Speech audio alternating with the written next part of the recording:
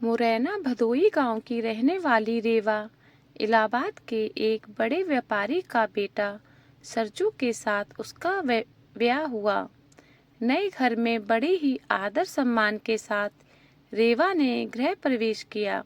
शादी के 2-3 साल काफी मजे और खुशी के साथ निकल गए और जैसे जैसे दिन बीतता गया, रेवा अपनी जिम्मेदारियों के बोझ तले दबती चली गई।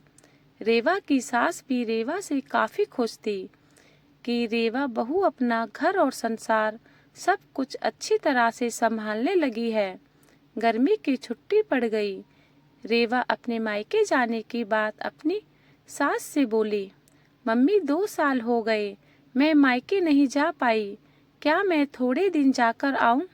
सास ने जवाब दिया, देखो रेवा, अगले साल चले जाना।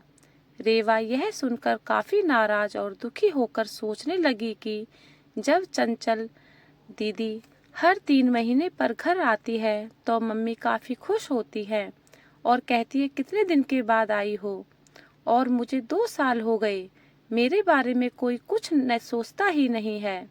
मेरी खुशी किसी के लिए कोई मायने ही नहीं रखती है, और क्या दिन भर इन लोगों को खाना बना के खिलाती रहूं, घर का सारा काम करती रहूं क्या? मेरी यही जिंदगी है। और रेवा कमरे में आंसू की धारा समेटे दाखिल हुई। शाम को चंचल दीदी आने वाली है, देखना मम्मी कितना खुश होती है। खाने के अलग अलग फरमाइशों की लड़ी लगती रहेगी कि कभी चंचल दीदी के लिए समोसा बना दो, कभी पालक पनीर, तो कभी बिरयानी। मैं इतना क्यों सोच रही हूँ?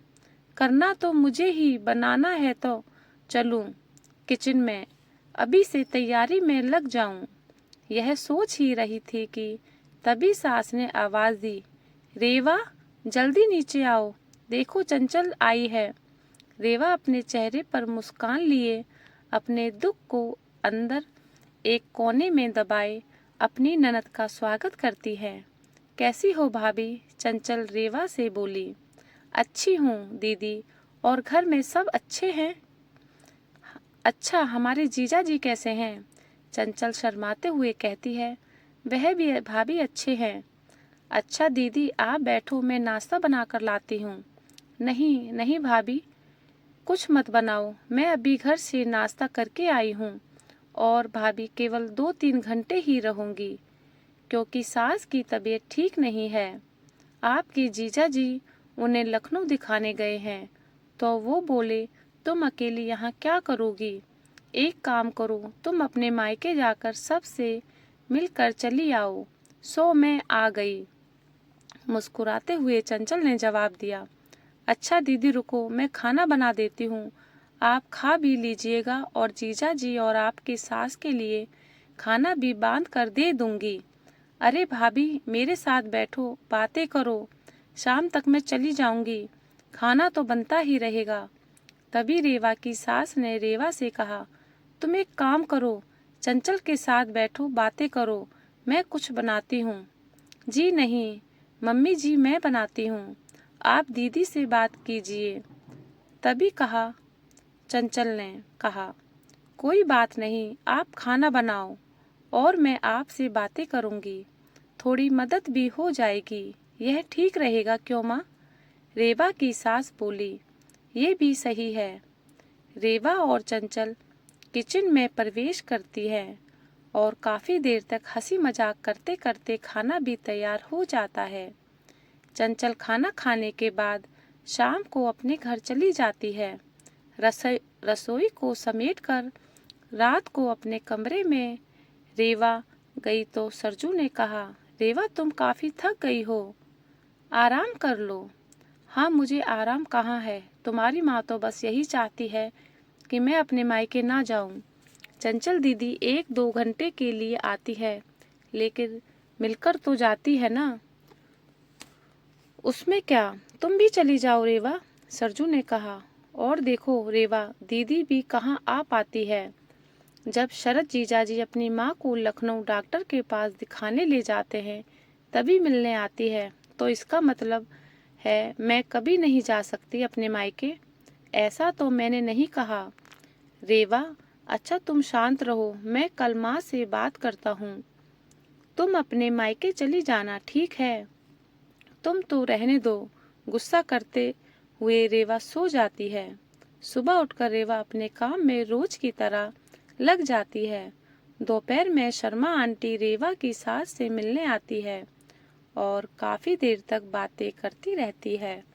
तभी शर्मा आंटी रेवा की सास से पूछती है कि चंचल की माँ, ये बताओ कि बहू और बेटी में क्या फर्क समझती हो?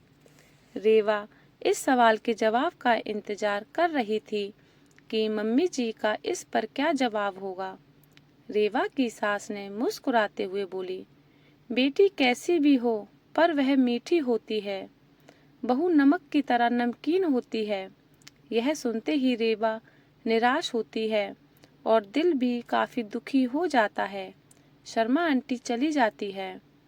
काफी देर तक रेवा यह सोचती है कि मैंने मम्मी के साथ क्या बुरा किया है, मम्मी मेरे बारे में ऐसा क्यों सोचती है, और वह अब घर में निराश रहने लगती है। निराश रेवा को देखकर एक दिन रेवा की सास ने पूछा है, रेवा यहाँ आओ, तुमसे कुछ किसी ने कहा है क्या, या सरजू ने कुछ बोला है क्या? कुछ नहीं मम्मी जी, रेवा के आवाज में दर्द था। रेवा की सास ने अपने पास बिठाकर पूछा, नहीं तुम बताओ रेवा क्या हुआ है? रेवा की आंखों से आंसू भर आई और रेवा ने सास को सारी बात बता दी कि कैसे शर्मा आंटी ने आप बेटी और बहू में फर्क बता रही थी। ओहो, तो यह सुनकर तुम नाराज हो गई? बस इतनी सी बात? अरे रेवा, मैंने कहा बेटी मीठी होती है, वह चाहे कितनी भी गलती करे, उसकी गलती नजर ही नहीं आती। वह गुड़ की तरह मुंह में घुल जाती है और खाने में अगर मीठा ना हो तो कोई फर्क नहीं पड़ता। और बहू नमक के समान इसलिए है क्योंकि खाने में अगर नमक ना हो तो खाना बेस्वाद होता है। खाने में नमक मिलने पर हम जो खाना खाते हैं उसी समय नमक के हम कर्जदार बन जाते हैं।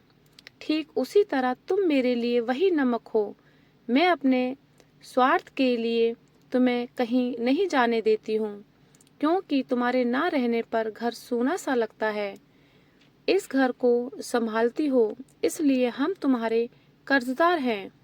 रेवा सारी बात समझ जाती है और अपनी सास के गले लिपट कर रोने लगती है। शाम को सरजू जब घर आता है तो अपनी माँ से कहता है कि माँ, रेवा अपने मायके जाना चाहती है, एक दिन के लिए। रेवा तपाक से बोल उठी, नहीं नहीं, मुझे नहीं करना जाना। मैं चली गई तो खाने में कोई स्वाद नहीं रहेगा। सरजू को कुछ समझ नहीं आया कि कल रात मायके जाने के लिए मुझसे कह रही थी, अचानक से इसे क्या हो गया। सरजू सोचने लगा कि इन औरतों को समझना मर्दों के बस के परे है। रेवा की सास रेवा के सिर पर हाथ फेर फेर कर रही थी और सरजू एकटक सा रेवा और अपनी माँ को देखता रहा।